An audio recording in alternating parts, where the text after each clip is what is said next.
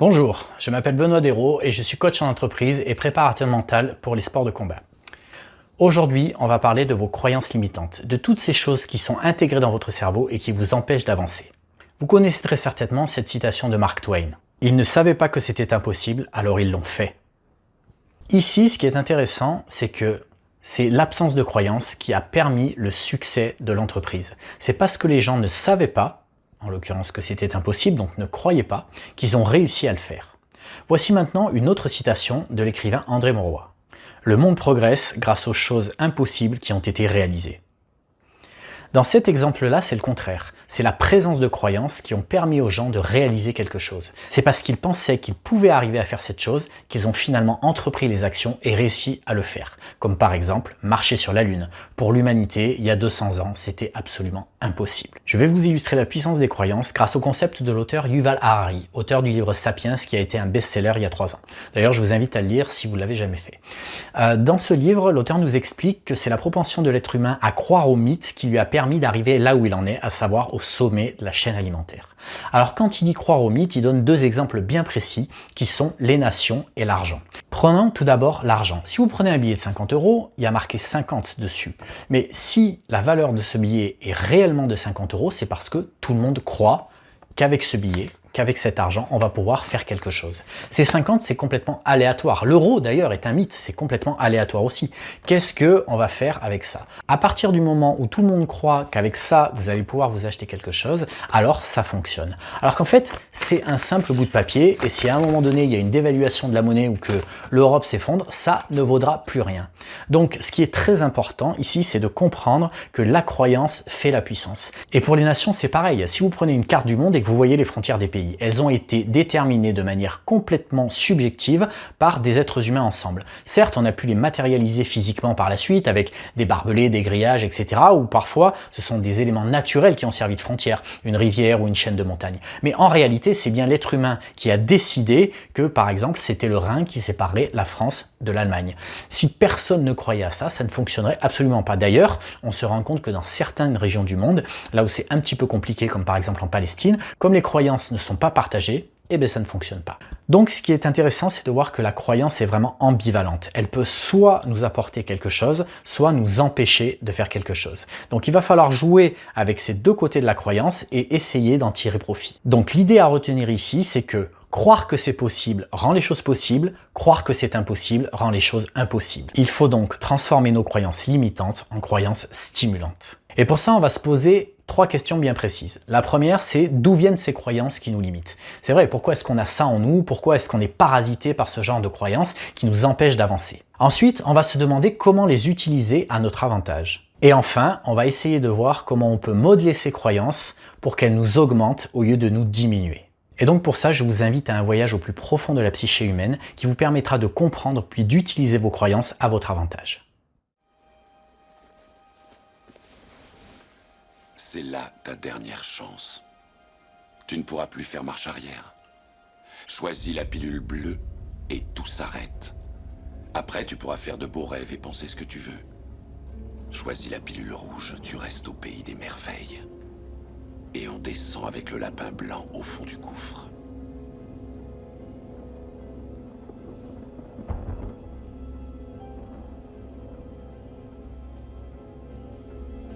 N'oublie pas, je ne t'offre que la vérité, rien de plus. Voilà, vous avez compris. Vous avez donc le choix entre la pilule rouge qui vous révélera l'origine de vos croyances, mais vous mettra aussi face à vos peurs et vos doutes. Elle vous permettra cependant aussi une plus grande connaissance de vous-même. Par contre, attention, pas de retour possible. L'autre choix, c'est la pilule bleue, avec laquelle tout s'arrête. Vous resterez bien à l'abri avec vos croyances en étant sûr d'avoir raison et surtout, vous ne prendrez aucun risque. Au cours de la conférence, la plupart des gens ont voté pour la pilule rouge, ce qui est une bonne nouvelle en fait. Mais certains d'entre vous ont quand même choisi la pilule bleue. Alors j'imagine que c'était un peu de la provocation. Mais quoi qu'il en soit, il est possible que des gens préfèrent ne pas savoir. Et on le voit d'ailleurs dans le film Matrix, c'est repris par un personnage qui s'appelle Cypher, c'est celui qui trahit l'équipe. Et donc ce personnage, lui, préfère revenir en arrière, oublier tout ce qu'il sait et retourner dans ses croyances, dans la matrice, pour ne pas avoir à affronter la vérité. Donc pour tous les gens qui ont choisi la pilule bleue, si vous l'avez fait en âme et conscience et pas pour essayer de fausser un peu notre résultat, ça s'explique aussi. Quoi qu'il en soit, les croyances qui nous limitent sont fondées sur des peurs, sur des doutes et sur des appréhensions. Elles sont à la base un mécanisme de protection qui sont là pour protéger notre intégrité psychique et notre intégrité physique. C'est des mécanismes qui ont été sélectionnés par l'évolution depuis très longtemps, depuis que l'homme est homme, qui a plus de 200 000 ans, et ça a permis à l'être humain de survivre. Et on va voir pourquoi. Donc dès maintenant, je vous propose de commencer à affronter vos peurs.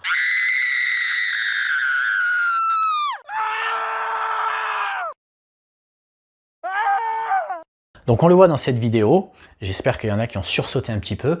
En fait, cette araignée n'est pas réelle. C'est une petite fille qui fait une blague à son papa. Mais il sursaute, il est terrorisé par cette araignée qui lui tombe dessus. Alors évidemment, s'il avait su dès le départ que c'était une fausse araignée, il n'aurait pas eu peur. Mais son réflexe premier, ça a été la fuite et la panique.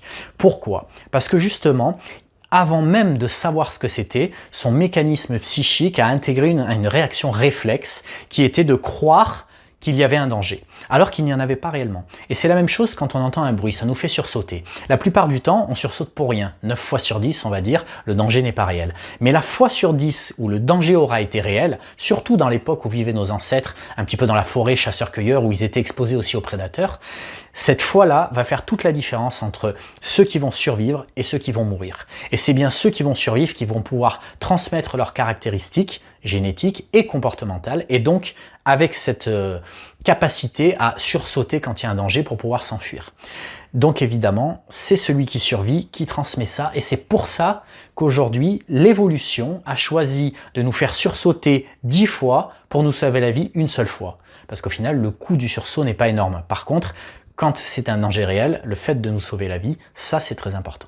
Donc ce qu'il faut comprendre avec cette petite anecdote, cette petite vidéo illustrée, c'est que la croyance à la base, même si elle nous limite, même si elle nous coûte quelque chose, elle est là pour nous protéger, elle est là pour nous faire survivre. Donc avant toute chose, il faut l'accueillir avec bienveillance. Une fois qu'on a compris ça, l'idée c'est d'arriver à conscientiser la croyance et de savoir si elle est concrète par rapport à un danger réel ou alors face à un danger fantasmé. On va prendre un exemple qu'on a un petit peu tous vécu quand on était petit, c'est le plongeoir à la piscine. On est à la piscine municipale et il y a ce plongeoir de 5 mètres, on le voit, il y a tous les grands qui sautent, et surtout quand on est un garçon, on est là, il y a les filles qui regardent, on a vraiment envie de le faire.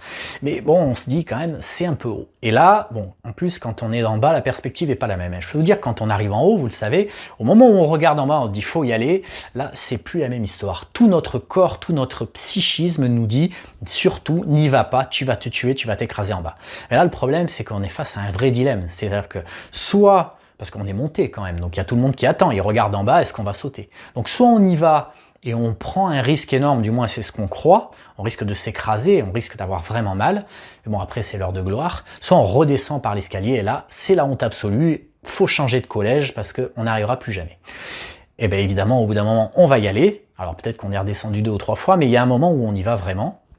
Et on se rend compte là que c'était pas si terrible, donc on était vraiment dans la croyance, parce qu'au final on saute, il n'y a pas de douleur, il y a même plus, il y a une sensation de plaisir, parce qu'il y a un côté adrénaline, parce que voilà, on saute, il y a de l'émotion, et le corps quelque part aime ça aussi. Et là on se rend compte que non seulement la croyance nous empêchait d'agir, mais en plus quand on arrive à la dépasser, on prend du plaisir. Sans côté la petite heure de gloire qu'on ressent, la petite glorification, on l'a fait, on est content de nous et les autres aussi sont impressionnés. Donc ça nous ramène énormément de choses dans cet exemple précis de dépasser la croyance. Alors ça, c'est des mécanismes qui font appel quelque part un petit peu à la volonté, c'est-à-dire que c'est la volonté qui va nous permettre de dépasser ce que le corps nous dit de ne pas faire, et l'esprit aussi, de manière un petit peu inconsciente, un petit peu incontrôlable, un petit peu réflexe. On parle de cerveau reptilien, donc c'est celui qui gère un peu tous nos instincts. Et grâce à la volonté, on va pouvoir dépasser ça. Donc ça fonctionne tout le temps, sauf dans un cas très précis, c'est le cas des phobies. Il faut faire attention à l'expression « quand on veut, on peut ». C'est pas forcément vrai, on peut pas toujours, parce que quelqu'un qui a une phobie, c'est tellement puissant en lui qu'il ne pourra pas le dépasser. Donc ça, il faut avoir un peu de tolérance aussi face à ça. La seule chose qu'on peut dire, c'est que dans notre cas précis, si vos commerciaux commencent à avoir la phobie de leurs clients, il faut qu'ils arrêtent et qu'ils changent de métier. On est bien d'accord. Donc là maintenant, je vais illustrer les croyances sur un domaine qui est un peu mon domaine de prédilection, c'est-à-dire les sports de combat. Dans les sports de combat, il y a une notion qu'on apprend dans les premiers temps quand on commence à s'entraîner, c'est à encaisser un coup dans la tête. Parce qu'un coup dans la tête, c'est extrêmement traumatisant. Quand on en prend un, ça nous sèche complètement et en fait, on a un effet de sidération. Alors on pense que c'est le coup lui-même qui a un effet physiologique et qui va nous sidérer, mais en fait pas du tout. Un coup dans la tête, ça fait pas plus mal qu'un coup ailleurs. C'est simplement que l'idée du coup dans la tête, c'est une agression au niveau de notre cerveau qui est très forte et qui va la plupart du temps nous empêcher de réagir quand on n'a pas l'habitude. On se rend compte ensuite que quand on commence à avoir l'habitude de prendre un petit peu des coups, ça fait plus rien. Alors certes, il y a toujours une douleur physique, mais pas plus qu'un coup ailleurs. Et on se rend compte que ça devient finalement juste une information, que le coup soit à la tête ou ailleurs. L'idée en fait, c'est que c'est pas le coup qui fait mal, mais c'est l'idée qu'on se fait du coup qui a un réel impact.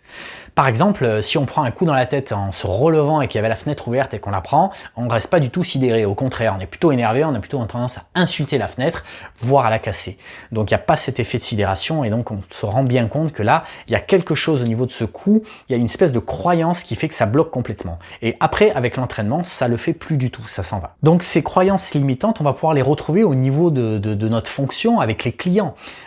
Ces peurs et ces doutes, on va le retrouver face au client, on va pouvoir se dire, le client par exemple, ne veut pas me recevoir parce qu'il n'a pas envie, parce qu'il n'a pas de temps à perdre, ou mon produit n'est pas satisfaisant, ou je ne suis pas convaincant. Et tout ça, c'est des choses qui vont nous empêcher d'agir. Alors, ça vient d'où? En fait, prenons l'exemple du client qui ne veut pas nous recevoir. Ça, c'est une angoisse fondamentale, en fait, qui fait écho en nous, et c'est la peur du rejet. Il faut savoir que à l'époque de nos ancêtres, on vivait en petites tribus et le rejet, ça signifiait la mort. Si vous étiez rejeté de la tribu, vous vous retrouviez tout seul et impossible de survivre et donc vous mouriez. Et donc le fait qu'on se retrouve face à un client et qu'on engramme la croyance que si je lui propose d'aller le voir, il va refuser de me recevoir, on s'expose au rejet et donc on s'expose à la mort. Donc en fait, ça va créer une espèce de raccourci dans notre cerveau qui va nous empêcher de faire la démarche pour éviter de récupérer ce rejet. Maintenant, il faut vraiment se poser la question, est-ce que si un client ne veut pas me recevoir, je risque de mourir? Donc maintenant qu'on a compris comment identifier ces croyances et quelles étaient leurs origines, maintenant qu'on a appris à mieux les comprendre, on va voir comment les dépasser. Et pour ça, je vous invite au programme d'entraînement au combat. Tu es dans notre programme de combat, l'équivalent du programme de réalité virtuelle de la Matrice. Il obéit aux mêmes lois, comme la gravité, mais tu apprendras que ces lois ne sont pas différentes de celles de n'importe quel autre système. Il y en a qu'on peut enfreindre et d'autres qu'on peut violer. Est-ce que c'est clair? Alors frappe-moi, si tu es de taille.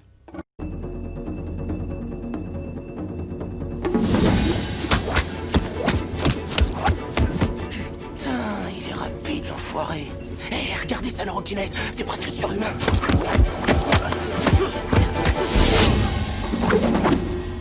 Qu'est-ce que tu attends? Augmente ta vitesse. On n'est pas le meilleur quand on le croit, mais quand on le sait.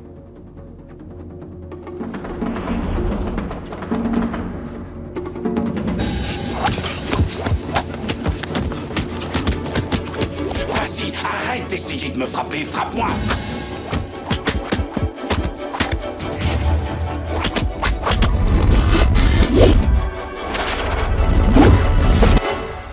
J'arrive pas à le croire.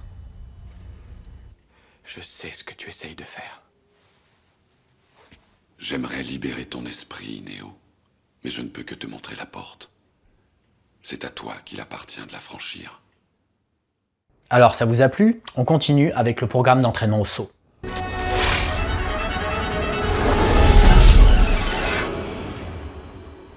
Libère-toi de tout. Oublie la peur, le doute et la vraisemblance. Libère ton esprit, Néo.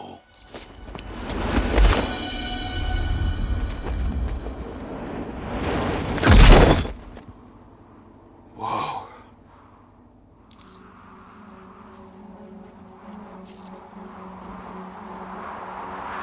D'accord. Libérer mon esprit. Si jamais ça marchait. Ça marche jamais la première fois. Je sais. Mais s'il réussissait. Aucune chance. Allez, vas-y. Super. Aucun problème. Me libérer l'esprit. Me libérer l'esprit, aucun problème. Bien.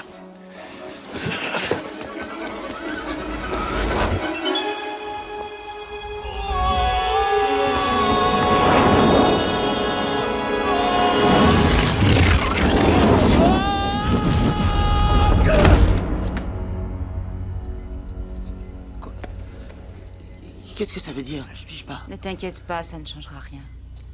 Oui, la première fois, tout le monde tombe. Pas vrai, Trin? Voilà, alors vous avez bien reconnu, je pense, les deux extraits du film Matrix. Encore une fois, c'est un film qui est très intéressant au niveau de la croyance, c'est un thème central du film, donc encore une fois, je vous invite vraiment, si vous n'avez pas vu ce film, à le voir avec un esprit un petit peu analytique. Il y a énormément de choses là-dedans, surtout sur ce sujet-là, et puis il y a bien d'autres sujets qui sont traités. Donc ici, dans l'extrait de ce film, Morpheus s'adresse à Neo, il vient de le libérer de la matrice et il lui en explique le fonctionnement. Et il lui explique que pour arriver à adapter et à améliorer ses performances dans la matrice, dans un premier temps, il faut arriver à dépasser ses croyances, il faut arriver à libérer son esprit, il l'incite à passer à l'action et surtout à agir au lieu d'essayer d'agir. Il lui dit d'ailleurs cette phrase qui est très importante, on n'est pas le meilleur quand on le croit, mais quand on le sait. Il essaye donc d'inculquer à Neo des certitudes, c'est-à-dire qu'il va dépasser la croyance pour la transformer en certitude. Il dépasse une croyance négative, je ne peux pas, en certitude, je sais que je vais réussir. Et en fait, quand Neo échoue, c'est qu'il doute. Et donc, pour qu'il réussisse, il faut qu'il croie qu'il va réussir. Dans les sports de combat, on a aussi cette notion. Avant un combat, on essaye toujours de visualiser la victoire, de visualiser la technique qu'on va employer pour battre notre adversaire. Et aussi, il y a une discipline très spécifique des sports de combat où ça, c'est absolument indispensable. C'est ce qu'on appelle le shiwari. Le shiwari, c'est la casse. Alors, on a tous vu ça dans des films. Ces gens qui cassent des briques, qui cassent des bouts de bois énormes, comme sur la photo que je vous montre. Et bien ça, c'est possible. Et il y a vraiment une technique de visualisation à mettre en place avant de démarrer sa casse. Donc, je vous explique comment ça se passe. On est concentré face à l'objet qu'on va casser et là on imagine le point casser l'objet avant même de le faire. On dit que c'est l'esprit qui va casser la brique avant le corps. Il faut au moment où on va lancer le point qu'il n'y ait plus aucun doute sur le fait que ça va casser, sinon je vous assure que c'est pas la brique qui casse, c'est le point. Le bois ne rend pas les coups. Par rapport aux arts martiaux, c'est intéressant cette notion de doute parce que les arts martiaux c'est quand même ancestral, c'est un art de la guerre et à l'époque ça signifiait la mort si on échouait. Donc la notion de doute devait vraiment être bannie, hein. C'est quelque chose qu'on voit dans la voie du samouraï et je vais vous montrer le parallèle qu'il peut y avoir entre l'apprentissage des arts martiaux et notre sujet, les croyances. Donc ici, vous voyez que quand l'élève arrive, la première chose qu'il doit faire, c'est apprendre la technique. Si on fait le parallèle, c'est identifier la croyance. On reprend l'exemple qu'on a vu tout à l'heure. Le client, je crois que le client ne veut pas me recevoir. J'ai identifié la croyance. Ensuite, on va comprendre la technique. Donc ici, on va en parallèle comprendre notre croyance, c'est-à-dire qu'on dit je comprends pourquoi je crois que le client ne veut pas me recevoir, c'est par rapport à cette angoisse du rejet que j'ai, que tout être humain a, et c'est ça qui me déclenche cette croyance qui va me limiter. L'étape suivante, c'est de maîtriser la technique, c'est-à-dire qu'après l'avoir appris et l'avoir compris, on la maîtrise totalement, on en connaît tous les secrets, tous les rouages. Nous, au niveau de notre croyance, on va la modifier, c'est-à-dire qu'on va transformer la croyance « je crois que le client ne veut pas me recevoir » en « je crois que le client veut me recevoir ». Grâce à la maîtrise, on va la modifier. Ensuite, il y a l'étape devient la technique. Alors, cette étape-là, ça veut dire qu'on n'a plus besoin vraiment de conscientiser les gestes qu'on va faire. Ça devient un petit peu des réflexes. On comprend exactement tout ce qui se passe. On sait exactement quand on va utiliser cette technique. Et pour la croyance, ça va être pareil. On va la percevoir plutôt comme une certitude. On n'est plus sur « je crois que le client veut me recevoir ». On est sur « je sais que le client veut me recevoir ». Et l'étape finale, c'est oublie la technique. Ça veut dire que la technique, c'est comme si on l'avait jamais apprise. Elle fait intégralement partie de nous et elle est complètement réflexe, comme le fait de respirer par exemple. Ici, on n'a plus besoin à aucun moment de penser à cette technique ou même penser à quand on pourrait l'appliquer, ça se fait complètement automatiquement. Au niveau de la croyance, la transposition, c'est le client me reçoit. C'est-à-dire que je sais complètement que ça va fonctionner et je suis passé à l'action en plus. Donc ce qu'il faut retenir, c'est que l'étape ultime, c'est oublier la croyance. Et quand la croyance a été oubliée, elle n'est plus une croyance, elle est devenue une certitude. Donc on arrive au bout de cet exposé. Ce qu'il faut retenir de tout ça, ce sont les 3 points suivants. On n'est jamais plus convaincant que quand on est convaincu. Comprendre ses limites, ça permet de les dépasser. Et il faut transformer ces croyances limitantes en croyances stimulantes, puis en certitudes. Voilà, j'espère que ce petit exposé vous a plu et je passe maintenant la parole à l'illustre Stéphane. Bonjour à tous, je suis Stéphane Grévis, je suis formateur et coach spécialisé dans tout ce qui est lié à la connaissance de soi. Je suis intimement persuadé que plus je me connais, plus je vais pouvoir être performant dans mon rôle de manager, dans mon rôle de commercial, quels que soient mes différents rôles. J'aime bien me présenter aussi sur mon pourquoi. Ma mission de vie, c'est d'être un apporteur de lumière. C'est-à-dire que j'aime bien apporter des éclairages auprès des personnes que j'accompagne, mon humble niveau. Donc si je suis là aujourd'hui avec vous, c'est pour évoquer le sujet des croyances. Aujourd'hui, nous sommes dans une période compliquée, difficile, changeante, post-Covid et même encore dans le Covid, peut-être avec une deuxième vague. Donc cet environnement un petit peu délicat nous fait percevoir le monde soit d'une manière plutôt optimiste ou soit plutôt pessimiste. Qu'est-ce qui nous fait percevoir en fait le monde de cette manière? C'est souvent lié à nos propres croyances. Est-ce que je me dis que cette période de Covid, c'est une opportunité? Comment est-ce que je peux définir de nouvelles façons de proposer des produits, de vendre mes produits? Ou est-ce que finalement je me dis non, j'aimerais bien retourner au monde d'avant? Donc l'idée c'est que on va pas pouvoir changer l'environnement. L'environnement, il est tel qu'il est, je n'ai pas la main. Donc, soit je décide d'investir toute mon énergie à me dire j'ai envie que ça redevienne comme avant et finalement je perds beaucoup de temps. Ou alors je me dis tiens, je vais faire avec et je vais devenir acteur de ma vie. Et moi je dis souvent soyez acteur de votre vie et pas spectateur de la mienne. On a tous en fait en nous une capacité à pouvoir agir. Donc identifions nos croyances, gardons nos croyances aidantes et essayons de supprimer les croyances limitantes pour pouvoir agir face à ce contexte. Par rapport à ces croyances, en fait, j'ai envie de vous présenter quelques exemples. Premier exemple, Walt Disney. Il a été renvoyé du journal car on lui disait qu'il manquait de créativité. Donc on lui a dit non, écoute, c'est pas la peine, tu feras pas carrière en fait dans ces dimensions-là. Thomas Edison, qu'est-ce qu'on lui a dit? On lui a dit tiens, toi, t'es pas en capacité en fait pour apprendre quoi que ce soit. Et c'est pas la peine que tu puisses continuer. On sait le nombre de brevets en fait qu'il a déposé et heureusement qu'il a continué également. J.K. Rowling, celle qui a écrit les aventures de Harry Potter, elle était divorcée, elle vivait des allocations familiales. C'était la galère. Elle a présenté en fait ses manuscrits plusieurs fois à des éditeurs sans succès. Heureusement, elle a été éditée et puis on connaît le succès mondial qu'elle a grâce à ce livre. Oprah Winfrey, la célèbre présentatrice américaine, on lui avait dit à ses débuts, pareil, vous êtes inapte pour la télévision, c'est pas la peine que vous continuiez à faire carrière. Et heureusement également qu'elle a pu continuer dans cette voie. Donc on voit que souvent on a des croyances qui sont projetées par l'environnement extérieur. Ce sont les personnes en fait qui vont nous projeter leurs propres croyances. Et souvent en fait, si ces personnes nous projettent des croyances, c'est peut-être parce qu'elles aimeraient bien être à notre place ou parce que ça va faire écho sur des choses qu'elles n'ont pas réussi à mettre en œuvre. Donc, il faut faire très attention à ne pas prendre en compte les croyances limitantes des autres et bien faire le tri entre qu'est-ce qui m'appartient réellement et qu'est-ce qui appartient aux autres et ce que je prends et ce que je ne prends pas. J'ai aussi envie de vous parler de cette notion de résilience. Qu'est-ce qu'on entend par résilience? La résilience, c'est la capacité en fait à rebondir face à des difficultés. Comme on l'a vu tout à l'heure, par exemple dans cette période post-Covid, c'est cette capacité à se dire tiens, il y a un environnement changeant, qu'est-ce que je fais face à cette nouvelle situation? Est-ce que je me dis tiens, c'est compliqué, j'y arriverai pas, c'est difficile? Ou est-ce que je vais saisir de nouvelles opportunités, de nouveaux moyens, de nouveaux médias en fait pour pouvoir communiquer peut-être avec mes prospects, avec mes clients, avec mes adhérents pour pouvoir créer de la confiance de manière différente, pour pouvoir créer de nouvelles opportunités. C'est vraiment cette résilience, cette capacité à voir des opportunités dans tous les changements possibles. J'ai envie de vous présenter aussi un exemple. Je trouve que c'est une histoire qui évoque bien cette notion de résilience et comment est-ce que l'être humain est capable de faire énormément de choses, quel que soit le contexte. Donc Philippe Croison, c'est une personne qui a été accidentée en 1994 lorsqu'il avait l'âge de 26 ans. Il devait déménager avec sa famille et il s'est dit, bah tiens, en déménageant, je vais quand même récupérer l'antenne sur le toit. Donc il a pris une échelle en aluminium, il l'a mis sur sa maison, il a récupéré l'antenne et par malchance, en fait, il y a une ligne à haute tension de 20 000 volts qui est tombée dessus. Il a été électrocuté 3 fois.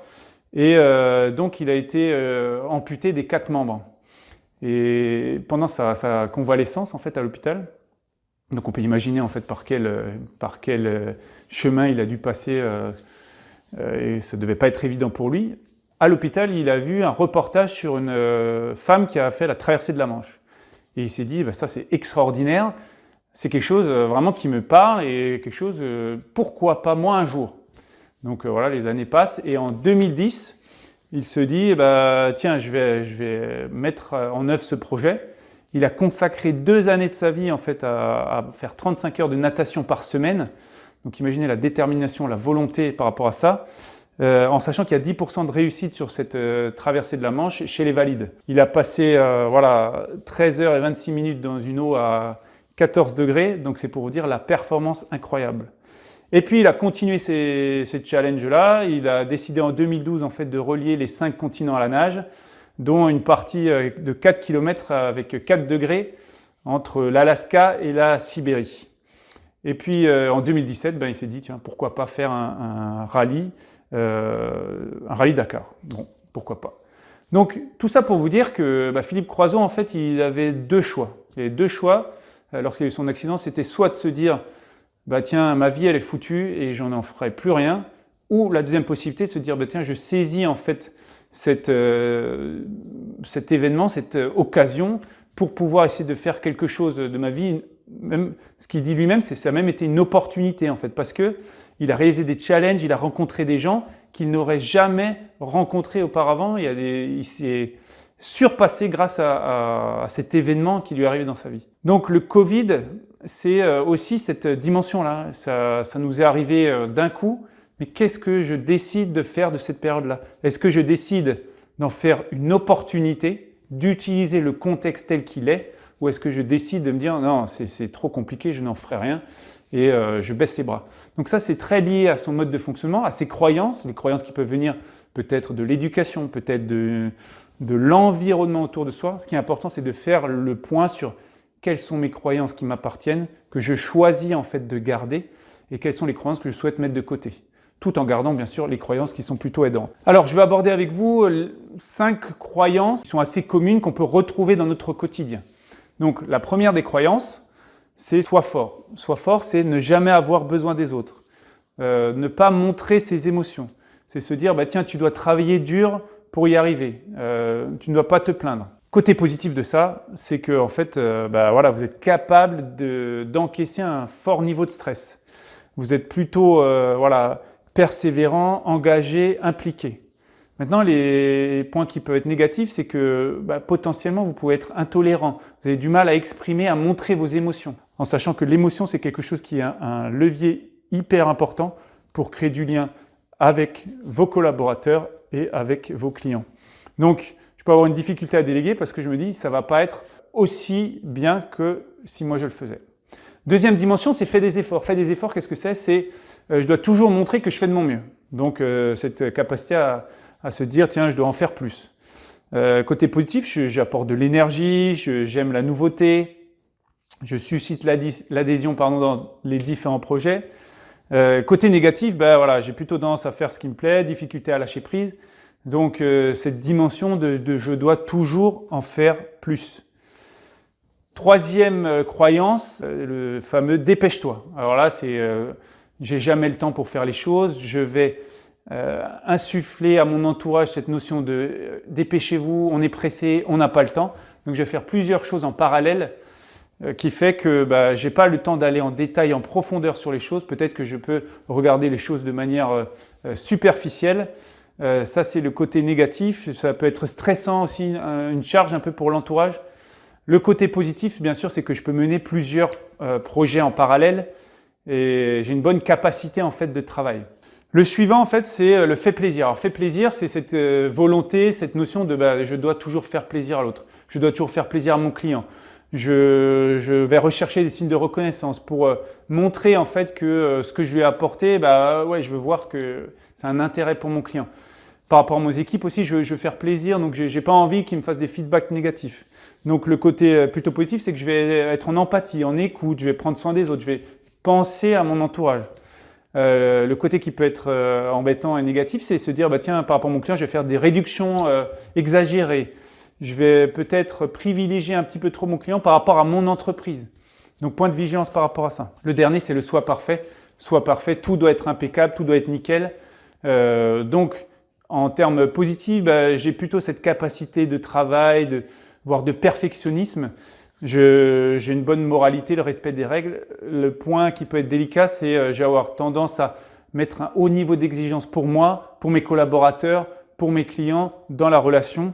Et je peux présenter une certaine insatisfaction chronique, côté râleur en disant voilà, on n'a pas tous les moyens nécessaires pour gagner des nouvelles opportunités, des nouveaux marchés, etc.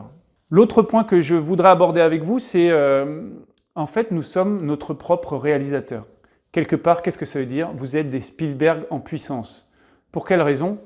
Tout simplement par rapport à ces croyances qu'on vient d'évoquer ensemble, le soi fort, le soi parfait. Mais en fonction des croyances qu'on va avoir, ça va modeler en fait notre vision du monde. Ça va faire que je vais avoir une vision du monde qui va être complètement différente des personnes qui sont autour de moi. On dit bien qu'on vit tous dans une bulle différente. C'est aussi souvent lié par rapport aux croyances que je m'inculque inconsciemment. Notre propre Spielberg, qu'est-ce que ça veut dire? Ça veut dire que à moi de choisir en fait si par rapport à une situation, je décide en fait de la voir de manière optimiste ou plutôt pessimiste. Est-ce que je vais faire mes courses au supermarché? Il y a tout le monde qui a des masques. Est-ce que je me dis tiens, je vois cette scène-là. Je me dis est-ce que je rajoute un petit peu de musique dramatique? Donc je mets une petite musique dramatique, je diminue l'intensité, donc ça devient plutôt sombre. J'enlève même la couleur, je me mets en noir et blanc, donc il y a tout de suite un côté un peu dramatique. On perçoit la réalité à travers ses propres sens, ses 5 sens. Donc, c'est-à-dire que moi, je peux décider en fait quelle est la vision que je vais avoir par rapport à cette image. La même image de je vais faire mes courses au supermarché et tout le monde porte des masques. Je peux me dire, tiens, c'est plutôt rigolo, il y en a qui ont des masques de couleurs, en tissu, etc. Je décide d'augmenter la luminosité de la scène, je mets plus de couleurs, je mets une petite musique entraînante un petit peu sympathique, style Benny Hill ou autre chose, après vous mettez ce que vous voulez. Mais l'idée, c'est de se dire, je suis aux commandes, j'ai les manettes en fait, j'ai différents curseurs. Si vous faites du montage vidéo, du traitement photo, c'est un peu cette idée-là par rapport à votre environnement. Vous avez la capacité en fait de jouer sur les curseurs et ça va jouer sur votre ressenti parce que cette réalité que vous allez percevoir à travers vos 5 sens vont jouer par rapport au ressenti émotionnel, par rapport à comment est-ce que vous vous sentez. Et toutes les croyances qu'il y a autour vont filtrer en fait la réalité que vous allez observer autour de vous. Ce qui fait que vous allez piocher en fait dans votre environnement certaines choses qui vont alimenter vos croyances. Parce que si vous dites tiens aujourd'hui c'est compliqué avec le Covid, il n'y a plus d'opportunités possibles avec mes clients, avec mes prospects, vous allez alimenter toutes les informations en fait liées à cette croyance-là. Vous allez alimenter en fait votre conscience par rapport à ça.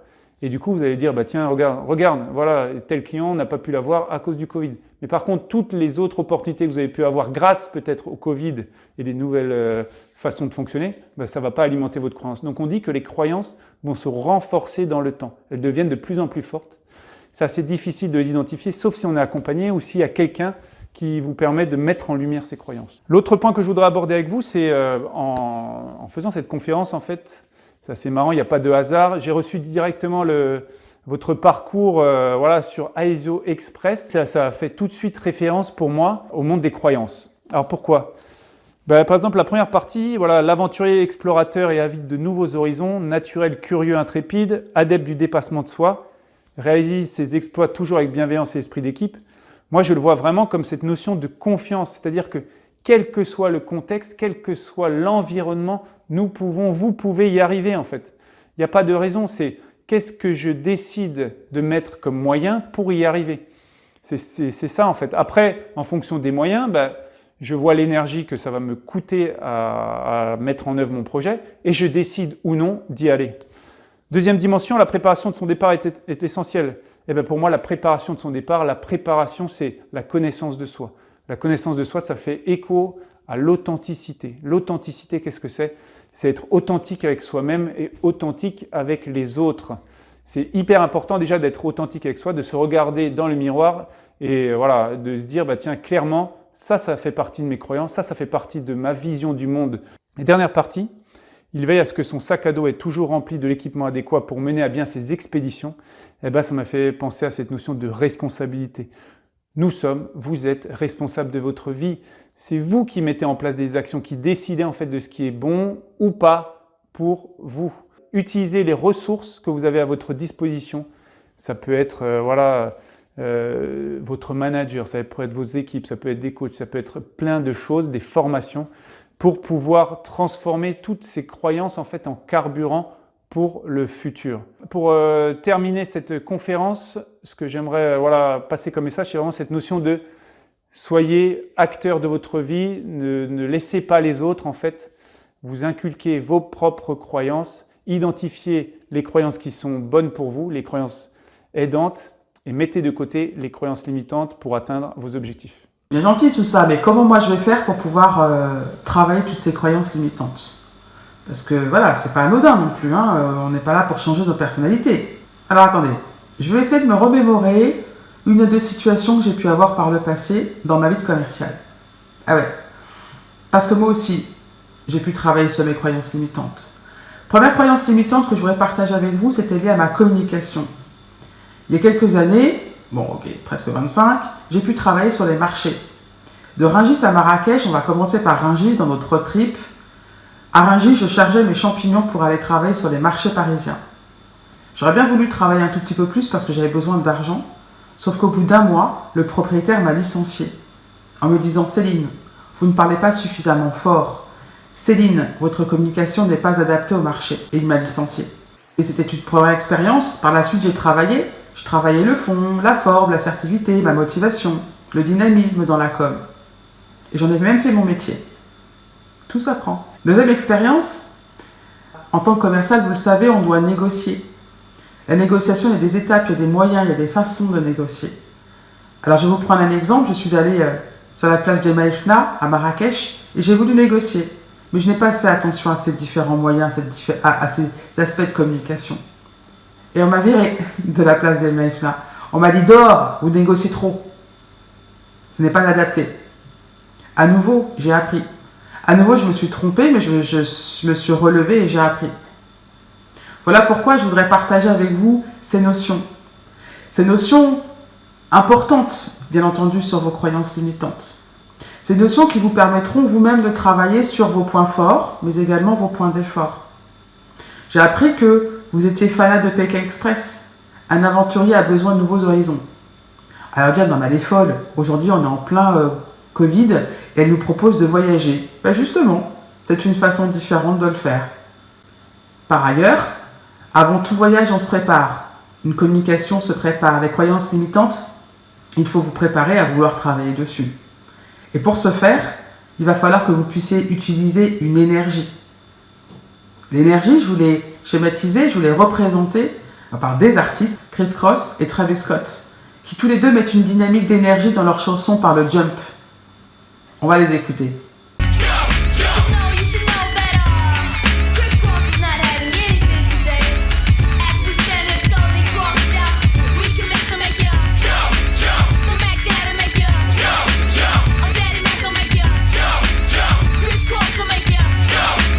Donc, première notion, on se prépare. Deuxième notion, une dynamique de communication. Troisième notion, on va effectivement se dire que nous sommes ce que nous pensons. Si vous avez envie d'être fort, si vous avez envie effectivement de pouvoir vous développer, si vous avez envie de donner, si vous avez envie de négocier, de communiquer et de gagner, il faut que ça soit dans votre tête. Donc bien entendu, on va parler de croyances limitantes, mais comme le disait Bouddha, nous sommes ce que nous pensons à nouveau. Donc on va travailler sur notre sphère d'influence. Aujourd'hui, votre sphère d'influence, c'est vous, vos collaborateurs. Le système de pensée, c'est comme avec des amis. On peut influencer des amis, mais si vous voulez influencer des amis, ou d'amis, ce ne sera pas possible. Donc restons déjà sur ce qu'on appelle la sphère d'influence, les fameux cercles de Covey. avec la volonté de pouvoir, bien entendu, proposer, dynamiser, argumenter, négocier, en premier lieu avec votre entourage. Ce que je vous propose également, c'est de travailler sur tout ce qui est lié à la confiance. La confiance qui est la capacité de dépasser justement ces croyances limitantes. Et quand je vous dis, je le fais avec mes mains. Pour ce premier road trip, je vous proposais de partir avec moi à Bali. Alors, île qui m'est chère, endroit que j'affectionne tout particulièrement parce qu'on est en capacité à prendre le recul. Prendre le recul pour peut-être rester zen, avoir confiance. Prendre le recul pour pouvoir se dire que je suis capable de faire. Et en plus, sachez que chez les Balinais, il n'y a ni passé, ni futur. On ne vit qu'à l'instant présent. Profitez de ce que nous pouvons réaliser. Confiance, premier point. Deuxième point, tout ce qui est lié à l'acceptation. Alors j'ai choisi de partager avec vous, de continuer notre road trip à Istanbul, en Turquie. Alors je ne fais pas de religion, mais dans cette ville, vous avez deux sites symboliques religieux qui sont la Mosquée Bleue et Sainte-Sophie. À nouveau, nous pouvons accepter de partager, nous pouvons accepter également nos différences pour pouvoir être complémentaires. Donc cette acceptation complémentaire, à nouveau, comment pouvons-nous la travailler versus nos croyances limitantes? On va le faire ensemble. Le oser dire. La capacité de s'exprimer avec assertivité. Troisième point.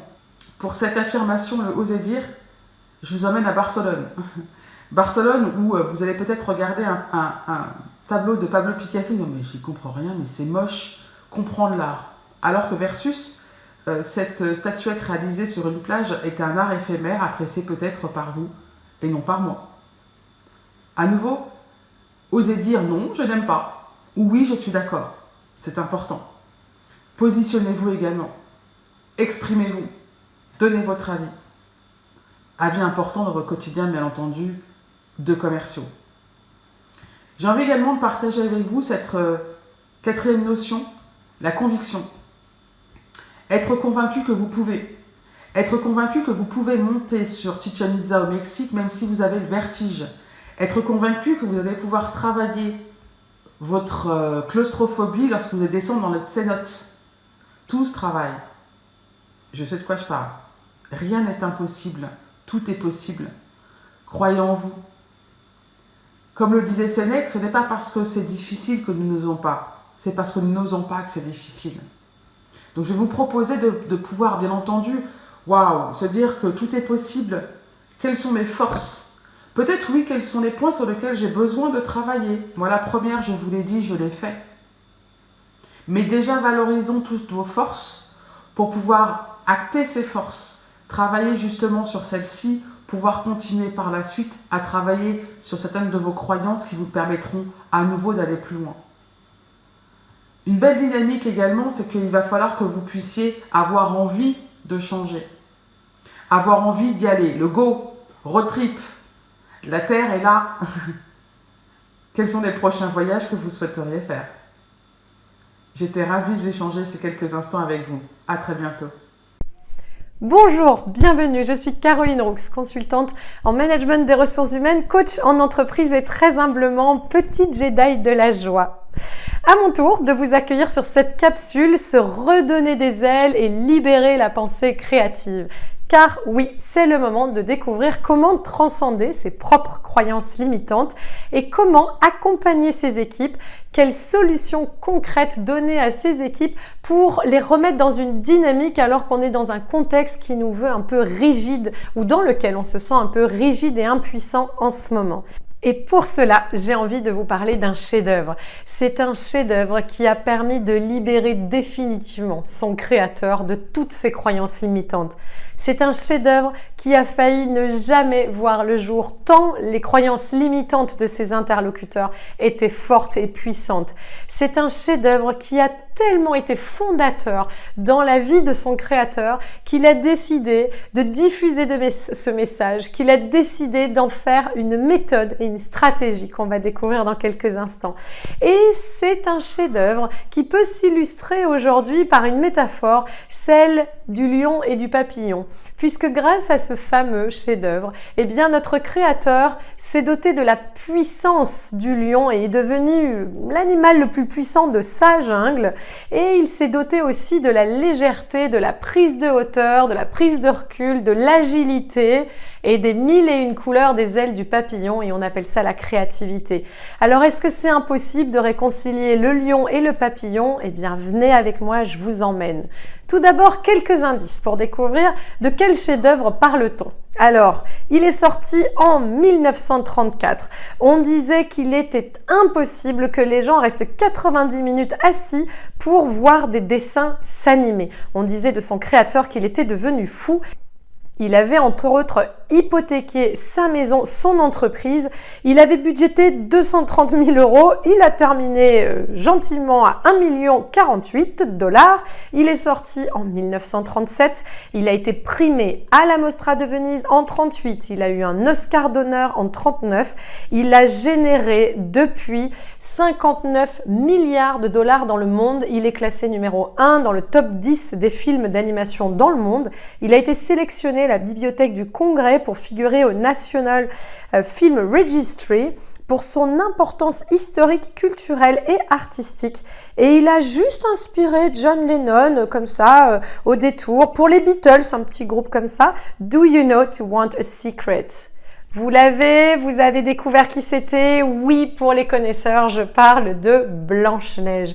C'est ce chef-d'œuvre qui a donné envie à Disney de modéliser ce qui s'était passé et de faire passer son message, mais dans l'intégralité de ses œuvres, pour dire c'est possible, croyez en vos rêves, dépassez-les parce que ça peut générer des choses incroyables. Et là, pour le coup, lui, c'est le cas. Alors, comment attirer un peu de magie dans ses mains, diffuser, inspirer, infuser de la magie autour de soi? Eh bien, la première chose, c'est qu'il faut lever une croyance, c'est que ça n'est pas de la magie. Oui, je sais, je suis désolée, je casse un mythe, pardon, la fée Clochette. Une fois qu'on s'est dit ça, pourquoi je vous en parle? Eh bien tout simplement parce qu'aujourd'hui on sait que c'est un phénomène de communication qui est largement prouvé, que ce soit scientifiquement ou sociologiquement. Et puis quelque part c'est un concept aussi vieux que la notion même de prophétie. Il n'y a qu'à voir la prophétie et l'oracle de Delphes et le mythe d'Œdipe qui était la première prophétie autoréalisatrice. Alors ce phénomène, il porte donc le nom de Self-Fulfilling Prophecy. C'est sorti en 1945, c'est Robert King Merton qui l'a mis à jour le premier, donc la notion de prophétie autoréalisatrice. Et puis dans les années 63, Rosenthal, qui n'est autre que l'inventeur du test du QI, nous a fait cette même preuve et démonstration. Alors quelle est-elle? Où est la magie? Comment ça marche? Pas si compliqué que ça. Ce qu'on nous dit, c'est que le regard que je porte sur autrui, ça va faire en partie et au bout du compte ce que la personne va devenir. C'est-à-dire que si j'ai une croyance négative, ça va influencer ma manière de communiquer.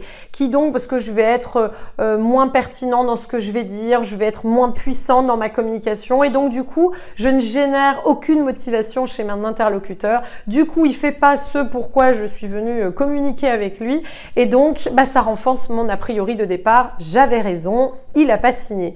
Oui, sauf que, bonne ou mauvaise nouvelle, mais l'effet Pygmalion, ça marche aussi dans l'autre sens. C'est un cercle vertueux, c'est-à-dire que si j'ai une croyance, un a priori, un regard positif sur la personne, sur la situation ou sur les choses, ça va influencer automatiquement ma manière de communiquer. Je me dis, je sais que je peux y arriver, je sais que c'est possible et donc je vais avoir une assurance, un impact, une confiance en moi qui fait que je vais générer de la motivation chez mon interlocuteur qui lui aussi va avoir des résultats attendus et je renforce ma croyance de départ qui était « mais j'avais raison d'y croire, regardez, ça marche !»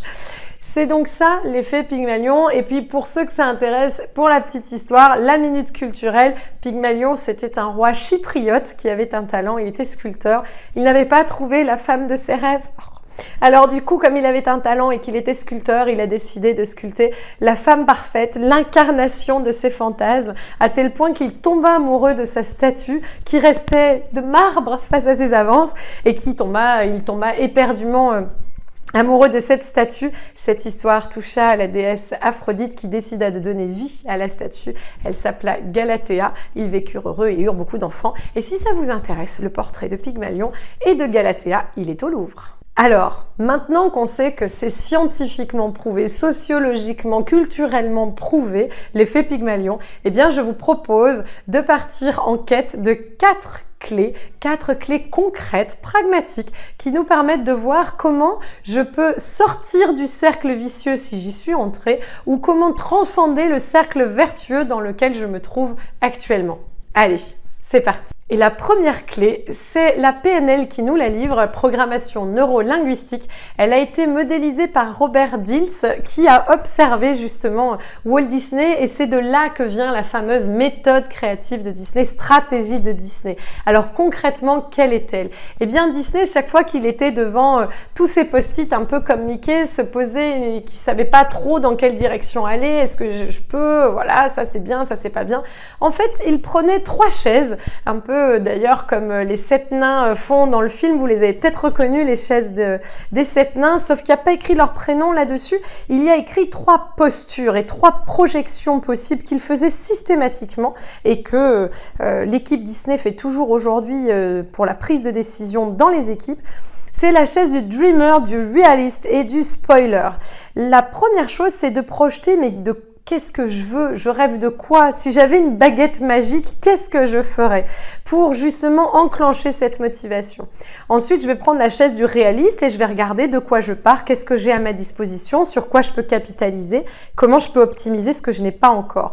Et je terminerai par la chaise du spoiler, autrement dit du critique, c'est-à-dire que je vais regarder tous les freins, tous les obstacles, tout ce qui pourrait empêcher ce que je viens d'imaginer de se faire. Et quand je projette dans ces 3 sens, ça donne un message très important au cerveau qui est que je ne peux pas prévoir l'avenir, je ne sais pas si le choix que je vais faire est le bon, je ne sais pas si je peux contrôler toute la situation. Par contre, j'ai anticipé toutes les choses possibles. J'ai donné envie à mon cerveau d'y aller avec la chaise du dreamer. Je me suis rendu compte de ce que j'avais à ma disposition, les moyens, les ressources, etc. Et puis, j'ai anticipé les risques possibles. C'est notre première clé. Allons découvrir la seconde. La seconde, c'est celle qui consiste concrètement à transcender ses croyances limitantes.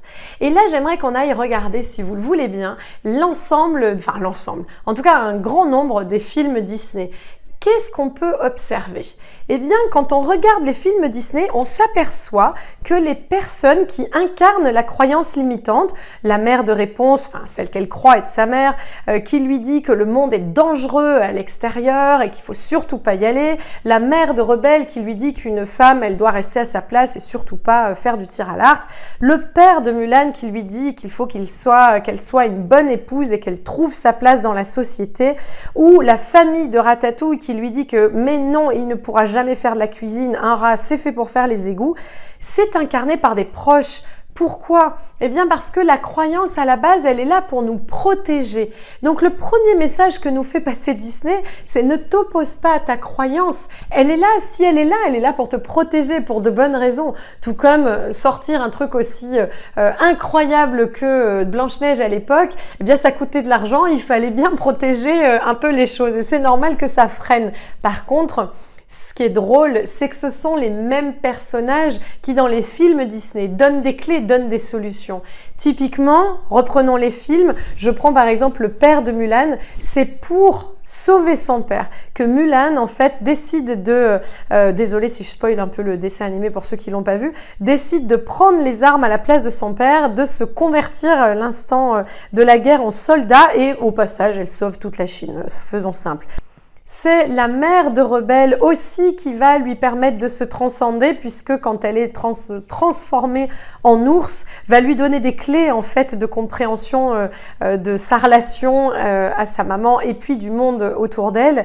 Et si on prend par exemple la petite sirène, c'est son père qui lui disait que le monde des hommes était un monde dangereux et pourtant c'est lui à la sortie qui va lui offrir les jambes dont elle rêve pour se promener et caresser les grains dorés du sable chaud. Vous pouvez prendre comme ça à peu près tous les films où on retrouve cette notion qui consiste à dire qu'une croyance, on ne s'oppose pas à elle, on la transcende.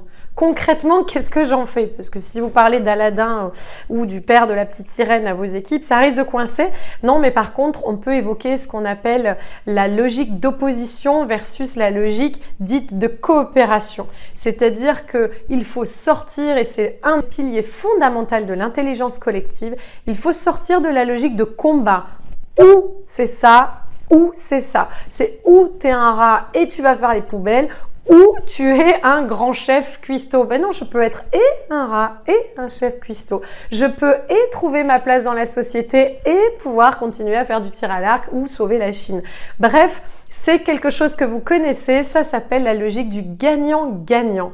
Eh bien, allons voir des exemples concrets et prenons ce qu'on appelle les drivers. Vous savez, ce sont les 5 croyances les plus limitantes, les plus présentes dans les modes de fonctionnement humains. Prenons par exemple le soi parfait. Le soi parfait, c'est pas où je suis parfait et je refais 15 fois mes slides ou 15 fois mon truc, ou je fais rien, c'est juste comment je peux être et parfait et exigeant et bienveillant et faire les bons choix stratégiques. Sois fort, l'idée c'est pas où t'es fort ou tu l'es pas, c'est comment être fort tout en restant authentique et écouter ses besoins. Fais plaisir, c'est pas où je fais plaisir ou je suis méchant, c'est comment je peux et faire plaisir aux autres et prendre soin de moi.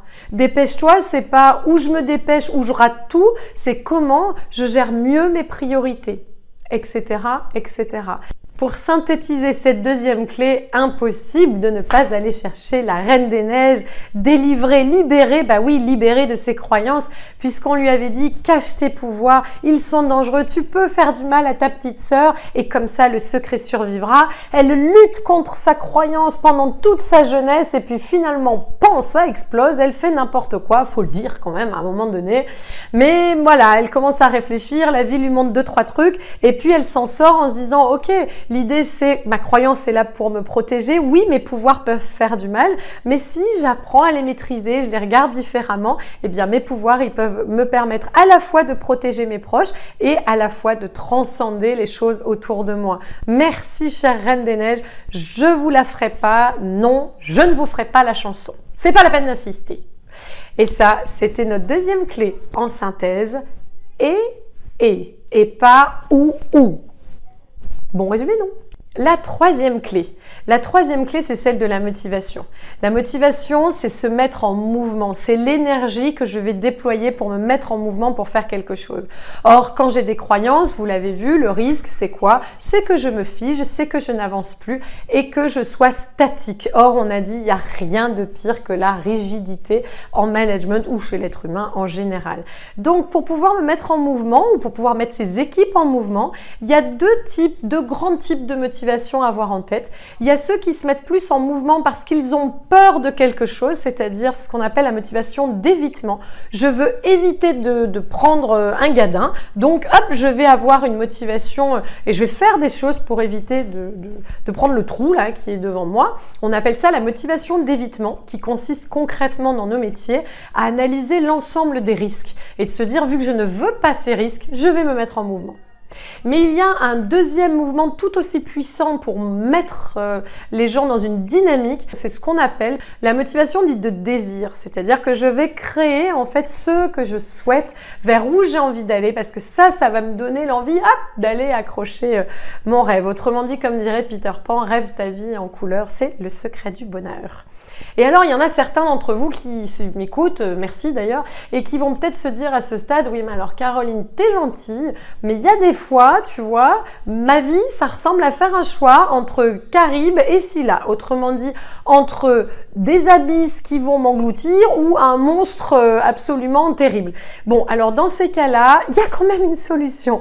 Et cette méthode, on l'appelle la méthode des catastrophes les mieux assumées. Si je reprends l'exemple du plongeoir que Benoît vous a donné tout à l'heure, eh bien l'idée c'est de se dire, ok, dans tous les cas, ça va être compliqué pour moi. Je maîtrise pas encore le saut de l'ange. Et j'ai quand même peur, il y a des gens qui me regardent, je vais me prendre la honte. Bon, dans tous les cas, c'est pas top.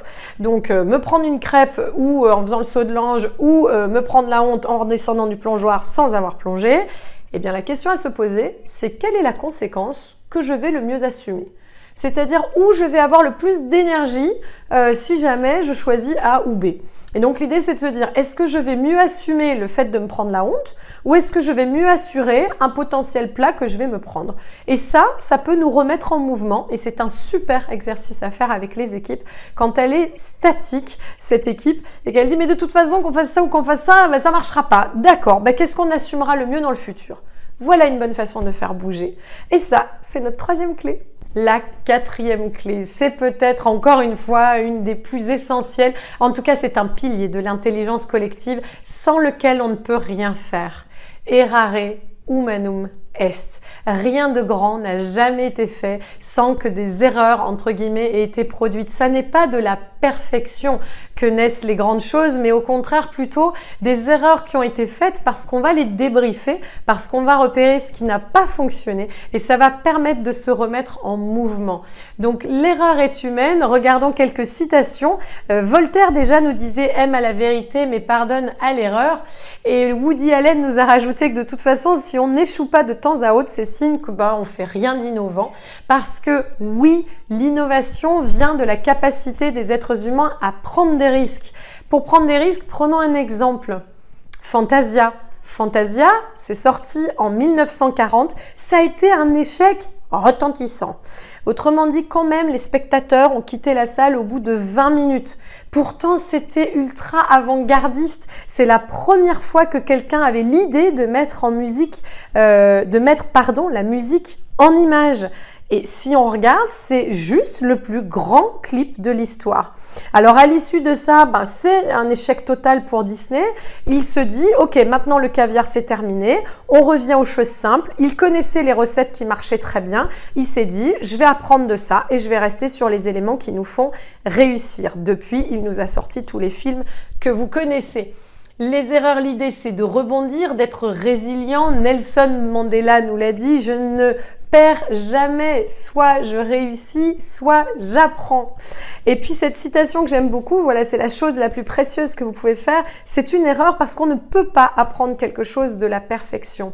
Il faut savoir aujourd'hui qu'il y a beaucoup d'entreprises qui, en tout cas des campus comme ceux de Google, qui valorisent ce qu'on appelle le leadership par l'erreur. C'est-à-dire qu'au lieu de faire monter sur scène « ouais, je suis celui qui a réussi ça », on va lui dire « moi, je suis celui qui a échoué ».